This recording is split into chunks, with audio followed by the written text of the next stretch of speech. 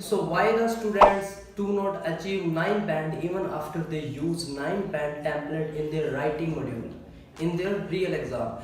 क्यों students exam तो बहुत अच्छा करके आते हैं लेकिन जब स्कोर आता है तो उनका स्कोर 5.5 या 6 पर रह जाता है? क्यों 6 से ऊपर 7 प्लस नहीं जा पा रहे? तो इसी से रिलेटेड आज की वीडियो है 5 कॉमन मिस्टेक, पूरी स्टेप बाय स्टेप। जो थर्ड मिस्टेक और जो फिफ्थ मिस्टेक बहुत ज़्यादा इंपॉर्टेंट है। अगर आपने फिफ्थ मिस्टेक नहीं जानी या पहले ही जान ली तो ऊपर वाले फोर मिस्टेक का कोई फायदा नहीं रह जाएगा, तो आपका स्कोर वहीं का वहीं रहेगा। सो पूरी डिटेल में देखनी है, स्टेप बाय स्टेप देखना है विदाउट स्किपिंग एनी पॉइंट। देखना इन मिस्टेक को, अगर आपने इनका सोल्यूशन ढूंढ लिया, सोल्यूशन कहाँ है हमारी वीडियो में, जब आपको इनका सोल्यूशन पता चल जाएगा, पूरी गारंटी के साथ कह रहा हूँ, आपका जो स्कोर है वो 6.5 प्लस जाएगा। कोई मैं इतना ज़्यादा बड़ा दावा नहीं कर रहा, 8 to 9 6.5 प्लस जाएगा, हमारे रिजल्ट्स बोल रहे हैं। Okay, so first of all myself Navdeep Singh from the y bias. सो आज की वीडियो में let's start the 5 common mistakes. कौन सी हैं जो स्टूडेंट लगातार करते आ रहे हैं और बार बार अपीयर होना पड़ रहा है जिसके कारण उनको आइल्स के एग्जाम में। So mistake number first is regarding to the planning. Actually क्या बात है, भी स्टूडेंट क्या करते हैं, जब भी उनको ऐसे मिलता है, आइदर कोई प्रैक्टिस टेस्ट हो या रियल एग्जाम हो या आपका मॉक टेस्ट हो, वो क्या करते हैं, प्लानिंग करते हैं लेकिन उनको प्लानिंग करनी आती नहीं। कैसे? प्लानिंग का क्या मतलब है? देखो, हर एक कोई भी जंग है, चाहे मान लीजिए अपनी बॉर्डर वगैरह पे है, प्लानिंग बहुत ज़्यादा जरूरी है। अगर आपके पास अच्छी प्लानिंग नहीं है तो आप नहीं परफॉर्म कर पाओगे। सो इसी तरीके के साथ जो मिस्टेक क्या करते हैं स्टूडेंट, भी आइडिया तो सोच लेते हैं, उन्होंने क्या करना है, साइड पे 5 मिनट प्लानिंग किए हैं तो उसमें आइडिया सोचा, हाँ ठीक है आइडिया आ गया, बस आइडिया सोचा और लिखने लगे। सो इसमें मिस्टेक क्या है? आप कहोगे सर एक तो सोचना तो हो गई, आइडिया तो सोचना पड़ेगा, तो मिस्टेक क्या है? तो मिस्टेक ये है, आप आइडिया सोच लेते हो, जब लिखने जाते हो वहाँ पे लिखना स्टार्ट कर देते हो, वो आइडिया आपको एक्सप्लेन ही नहीं करना आ रहा। सो जब प्लानिंग होगी तब आइडिया के साथ उसकी एक्सप्लेनेशन भी ना सोचनी पड़ेगी। आप आइडिया सोच लेते हो तब जाके स्टक कर जाते हो, फिर आप इतनी बड़ी घड़ी लगी होती है सामने, वो आपको और डरा रही होती है। सो इसके कारण क्या होता है, भी आप हेजिटेट हो जाओगे जब आपको एक्सप्लेनेशन नहीं आएगी, जब किसी का एग्जाम्पल नहीं आएगा, फिर कैसे एग्जाम्पल लिखूँ, कैसे रिजल्ट लिखूँ, आप हेजिटेट हो जाओगे। ऑब्वियस है, आपका कॉन्फिडेंस नीचे जाएगा, आपको सब कुछ ब्लैंक हो जाएगा। सो प्लानिंग अच्छे से करनी है। प्लानिंग में आइडिया के साथ साथ उसकी एक्सप्लेनेशन, उसका एग्जाम्पल, उसका रिजल्ट, चारों की चारों चीज़ें प्लानिंग में इन्वॉल्व करनी है। सिर्फ एक पॉइंट लिख के मत रहना, ठीक है? एक्सप्लेनेशन बहुत जरूरी है। सो प्लानिंग में सिर्फ आइडिया लिखने के बाद लिखने मत लग जाना, सारा ऐसे खराब हो जाएगा, ठीक है? ये थी अपनी मिस्टेक नंबर फर्स्ट जो स्टूडेंट ज़्यादातर कर रहे हैं। तो दूसरी मिस्टेक से पहले मैं आपको बता दूँ कि एक अच्छी प्लानिंग के साथ ही अगर अच्छा एग्जाम्पल, जैसे मैंने बताया, कई बच्चों के ना माइंड में ये होता है कि सर मुझे आइडिया नहीं जनरेट करना रहा है, तो अगर आप क्या कर सकते हो, अगर आपके पास एक्सप्लेनेशन नहीं है तो आप एग्जाम्पल से भी उस चीज़ को जस्टिफाई कर सकते हो। अगर एक्सप्लेनेशन नहीं है तो आप एक एग्जाम्पल बता दो, उसको रिलेट करो किसी तरीके के साथ, टॉपिक के साथ, कंटेंट के साथ उसको रिलेट करो, बड़े अच्छे से एक्सप्लेन होगा, ठीक है? एक जितने अच्छे से एक एग्जाम्पल चीज़ों को समझा पाता है ना, कुछ भी नहीं समझा पाता। सो प्लानिंग किसकी? आइडिया की, plus explanation, plus example, plus सबकी सभी चीज़ों की प्लानिंग करनी पड़ेगी, ठीक है? So now mistake number second, they used memorised content specially in their intro. अब मेमोराइज्ड कंटेंट क्या है? इसमें दो मिस्टेक्स हैं। मेमोराइज कंटेंट में आपके पास दो मिस्टेक्स आ जाएंगी। मिस्टेक नंबर फर्स्ट इसमें, मतलब ओवरऑल अपनी मिस्टेक नंबर 2 है, वो है they used journal line. They use journal line. देखो कि जर्नल लाइन क्या है? जर्नल लाइन होती है भी, इसका काम नहीं है राइटिंग में, सीधी बात कहूँ, जर्नल लाइन का कोई काम नहीं है राइटिंग में। जो बच्चे क्या करते हैं, बच्चे क्या करते हैं, मान लीजिए उनके पास टीवी पे, टेक्नोलॉजी पे, टीवी पे, मोबाइल फ़ोन पे या कोई इलेक्ट्रॉनिक डिवाइस पे कोई ऐसे आता है, वो पीछे से लेकर आएंगे technology widely its arm in the modern era, up to date technology, ऐसी लाइनें स्टार्ट करेंगे, देन पैराफ्रेजिंग करनी स्टार्ट करेंगे।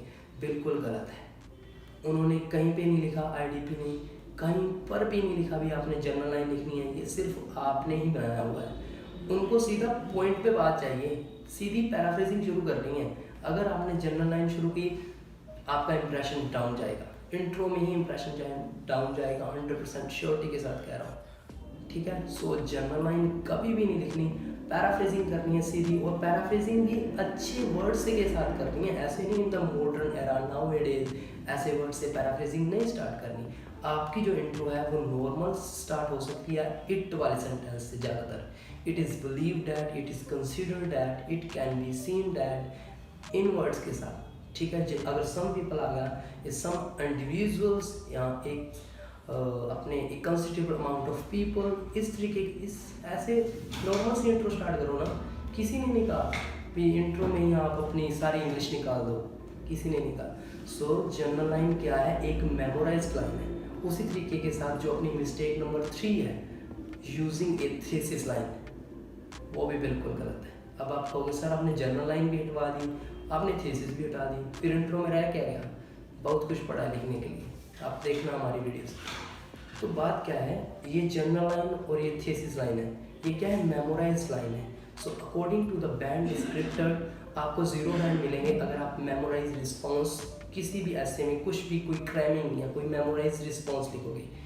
बच्चे क्या करते हैं, जनरल लाइन का मैंने बता दिया है। अब मैं मिस्टेक नंबर 3 पे आता हूँ, जो है अपनी, मैंने जैसे कहा भी, डू नॉट राइट, या फिर वो मिस्टेक करते हैं राइट ए थीसिस लाइन। उसमें क्या करते हैं, there are many advantages and disadvantages of using mobile phone which will be discussed in upcoming paragraph. वो ऐसे लिख कर आते हैं।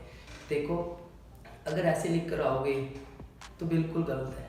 कई स्टूडेंट के मन में ये होता है, भी देखो मैं पहले समझा देता हूँ, आपने वो लिखनी है भी क्या एडवांटेजेस हैं, क्या डिसएडवांटेजेस हैं। The main advantages of using mobile phone is it is a good source of entertainment. It also helps the students in their academics. While on the other hand, we cannot ignore its disadvantages, like it directly impact their mental plus physical health, and it also disturb them from their या distract them from their studies. मतलब छोटे छोटे point आपको thesis जो होती है उसमें लिखने होते हैं, ठीक है। ऐसे मत छोड़ दिया करो, बहुत सारे फायदे हैं, बहुत सारे नुकसान हैं, विच विल बी डिस्कस्ड इन, बिल्कुल गलत है। वो चीज़ फिर मेमोराइज होगी ना, फिर वो चीज़ आप सभी में लिख कर आओगे, एग्री वाले होगे उसमें भी लिखाओगे, पॉजिटिव नेगेटिव होगे वो भी लिखाओगे, there are many positive negative, वो तो मेमोराइज में होगी ना 0 बैंड, तो उनको कैसे पता चलेगा क्या लिखने जा रहे हैं। तो कई बच्चों का एक क्वेश्चन है कि अगर आपने इंट्रो में सब बता दिया तो आगे क्या बताएंगे, क्या क्यूरियोसिटी रह जाएगी। ये कोई मतलब गेम नहीं चल रहा अभी कि अगले की क्यूरियोसिटी जगाओ, कुछ नहीं होता ऐसे। अपने पॉइंट एक्सप्लेन करो। मैं ये बात क्यों कह रहा हूँ भी इंट्रो में ये चीज़ें बतानी चाहिए। सीधा जाओ बैंड डिस्क्रिप्टर खोलो, 9 बैंड में टास्क रिस्पॉन्स में लिखा हुआ है कि अगर आपको 9 बैंड चाहिए तो आपको वेल डेवलप्ड आंसर देना पड़ेगा क्वेश्चंस का। सो इंट्रो में साफ और सीधा यही लिखना है। फर्स्ट थिंग आपने करनी है पैराफ्रेजिंग, नॉर्मल पैराफ्रेजिंग। और ये भी पक्का है भी अगर आपको पैराफ्रेजिंग नहीं हो रही, जरूरी नहीं है हर एक वर्ड की पैराफ्रेजिंग करनी है। अगर आपने एक वर्ड भी पैराफ्रेज कर दिया वो इनफ है। ये आईडीपी कह रहा है, मैं नहीं कह रहा। सिर्फ आपने करनी है पैराफ्रेजिंग, देन देना है आपने वेल डेवलप्ड किसका आंसर, क्वेश्चंस का। जो भी आंसर है यहाँ पे क्वेश्चन क्या है, जो आपका ऐसे का टाइप है। क्वेश्चन कैसे कैसे हैं, टू व्हाट एक्सटेंट वाले में उसका आंसर देना है, डू यू एग्री में डू यू एग्री का answer, give your opinion, discuss both में अपना ओपिनियन देना है, एडवांटेजेस में एडवांटेजेस आंसर बतानी है, आउटवे वाले में आउटवे का। मतलब जो भी आपका टाइप है उस क्वेश्चन का आपको आंसर पैराफ्रेजिंग के जस्ट बाद में देना है विद रेलेवेंट आइडियाज। ब्रीफली आपने 2 आइडियाज अपने जो भी लिखने हैं, चाहे एडवांटेज के डिसएडवांटेज के, वहाँ पे प्रॉपर छोटे छोटे पॉइंट्स में अपने आइडियाज एक्सप्लेन करते जाना। बड़ी ही बढ़िया मतलब 7 बैंड प्लस की इंट्रो बनेगी अगर आप ऐसे लेकर आओगे, ठीक है। फॉर एग्जांपल मैं आपको बता दूं, जैसे बहुत से मतलब आते हैं कि आजकल जैसे जो मोबाइल फ़ोन है वो बहुत ज़्यादा बच्चे यूज़ कर रहे हैं, क्या पॉजिटिव है क्या नेगेटिव है, क्या एडवांटेज डिसएडवांटेज। तो इसको आप सीधा से ऐसे मैं फॉर एग्जांपल बता सकता हूँ आपको कि it can be seen that the number of students या फिर the number of students nowadays watching the mobile phones and या फिर using the mobile phone on an excessive amount, ठीक है, भी बहुत ज़्यादा यूज़ कर रहे हैं, ठीक है, एक्सेसिवली यूज़ कर रहे हैं। अब इसके क्या रीजंस हैं, क्या सोल्यूशन यहाँ पॉजिटिव है नेगेटिव सीधा लिख सकते हो, ठीक है। पॉजिटिव नेगेटिव अगर आपके रीज़न आ गया तो सीधा आप पैराफ्रेजिंग के बाद शुरू करो। The main reason behind this issue is, the main reason behind the excessive use of mobile phone is, क्या कारण है, क्योंकि वो बच्चों को एल्यूर करते हैं, बहुत नंबर ऑफ गेम्स है वहाँ पे, है ना।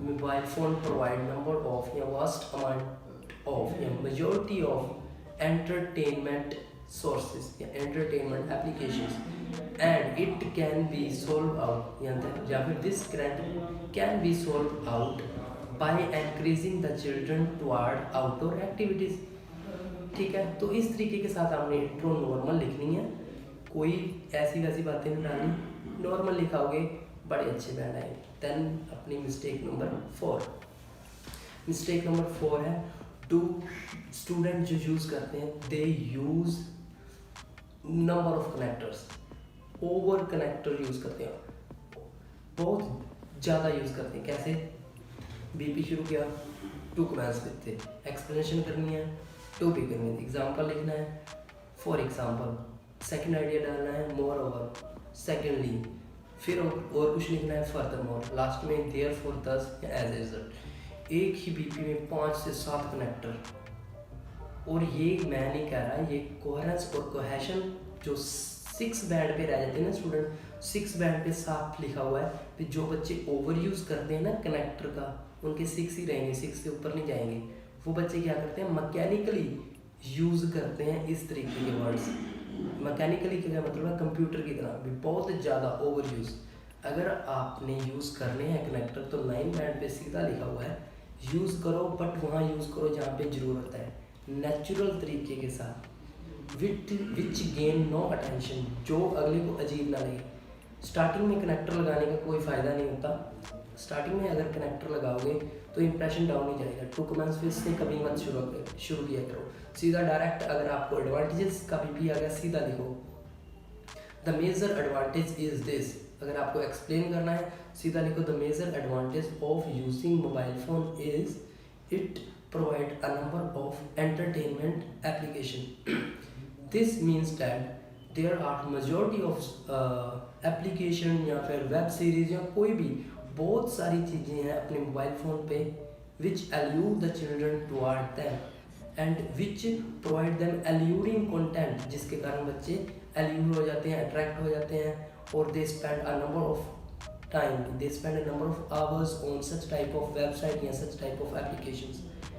नॉर्मल लिखो, ठीक है। फिर जाकर जहाँ पे ज़रूरत है वहाँ पे अपना कनेक्टर लगा लो। जैसे एग्जांपल डालना है वहाँ पे ज़रूरत है, फॉर एग्जांपल लगाओ। मैं ये नहीं कह रहा नहीं लगाना, लगाना है, लेकिन जहाँ पे ज़रूरत है वहाँ पे लगाना है। अगर ऐसे लिख कर आओगे ऑब्वियस है बैंड मिलेंगे ही मिलेंगे, और मिल भी रहे हैं बच्चों को, ठीक है। सो कनेक्टर्स का ओवर यूज़ नहीं करना, जितनी ज़रूरत है उतने कनेक्टर यूज़ करो, नहीं तो रिजल्ट अच्छा नहीं जाएगा। अगर आप ऐसे एक बीपी में 5-5-6 ऐसे 5-5-6 कनेक्टर्स यूज़ करने लगे, ठीक है। Then last and final mistake is they use high vocab, they use high vocab. Their last mistake is they use high vocab. देखो वोकैब मैटर करती है, लेकिन वो मैटर क्या करती है, 9 बैंड पे बैंड डिस्क्रिप्टर पे लिखा हुआ है अपने एल आर वोकैब का पॉइंट है भी वोकैब यूज़ करो। हम ये नहीं कह रहे भी वोकैब यूज़ मत करो, आईडीपी कह रहा है, लेकिन वो यूज़ करो विच इज़ नेचुरल, जो थोड़ी नेचुरल सी लगे। आप बहुत ज़्यादा कॉम्प्लिकेटेड कर देते हो ऐसे को वोकैब डालकर, ओवर कॉम्प्लेक्स कर देते हो। क्या फॉर एग्जांपल मैं आपको बताऊँ, आप क्या करते हो, एक मैं यहाँ पे हिंदी बोल रहा हूँ, ठीक है, आपको समझ लग रही है, आपने क्या किया, इंग्लिश भी नॉर्मल जो सबको समझ लगती है, नॉर्मल बच्चा भी समझ लेगा अगर नॉर्मल इंग्लिश होगी, लेकिन आपने उसमें वोकैब डाल दी, वो कॉम्प्लेक्स बन गई। अब हिंदी में बोल रहा हूँ, हिंदी की कॉम्प्लेक्स फॉर्म क्या है, जो आपके रामायण गीता वगैरह में लिखी हुई है, अगर उसी फॉर्म में कोई आपसे बात करे आपको समझ नहीं आएगी। सो इस बात को समझ लो आप। सो एज ए नेटिव, अगर कोई कनाडा यूएसए का बोरन नेटिव होगा ना, अगर वो भी बोलेगा वो सिंपल इंग्लिश बोलेगा, वो वोकैब नहीं डालेगा। सो आपको सिंपल इंग्लिश सीखनी है जो इजी टू अंडरस्टैंड हो, ठीक है। नॉर्मल लिखो, जहाँ पे जरूरत है वहाँ पे डालो। फॉर एग्जांपल बिकॉज कोई बच्चा नहीं डालता बिकॉज, उसको उनको लगता है बिकॉज तो बड़ा नॉर्मल सा वर्ड है, अगर ये डाल दिया अगले को लगेगा इसको तो बिकॉज ही आता है। ऐसा नहीं होता। जितने अच्छे से बिकॉज से आप कॉम्प्लेक्स सेंटेंस बना देते हो ना, उतने अच्छे से कुछ भी नहीं बनेगा। सो नॉर्मल और नेचुरल वर्ड्स यूज़ किया करो। सीधा मेजर एडवांटेज, जैसे मैं बोला हूँ, मैंने एक भी वर्ड अभी तक ऐसा नहीं बोला जो आप कहो सर ये तो मुझे पता ही नहीं था। सो नेचुरल से ऐसे नेचुरल सी वोकैब यूज़ करो।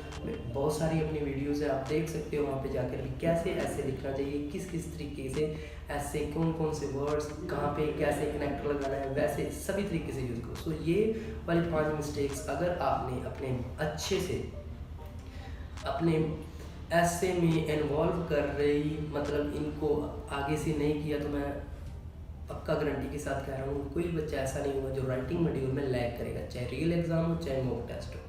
ओके, सो इस तरीके के साथ आपने ऐसे को करना है। ओके, बाकी जो एक इन्फॉर्मेशन लास्ट में आपको देनी थी कि हमारी जो क्लासेज हैं वो रनिंग में है। अगर किसी भी बच्चे ने अपना ऑनलाइन कोर्स हमारा ज्वाइन करना हो तो आपको 2 नंबर्स में बता दूँ, 8168321916 एंड सेकेंड इज़ 9467488225। इन दोनों नंबर्स पे आपको स्क्रीन पे शो भी हो जाएंगे। इन पे आप व्हाट्सएप मैसेज करो, आपको फर्दर इन्फॉर्मेशन यहाँ से मिल जाएगी। बाकी वीडियो अगर अच्छी लगी हो प्लीज़ चैनल को सब्सक्राइब जरूर कर दो। सब्सक्राइब करते हुए लाइक और शेयर भी कर दिया करो ताकि आपके पास ऐसी ही और फ्रूटफुल वीडियोस मिल सके। बाकी थैंक यू सो मच।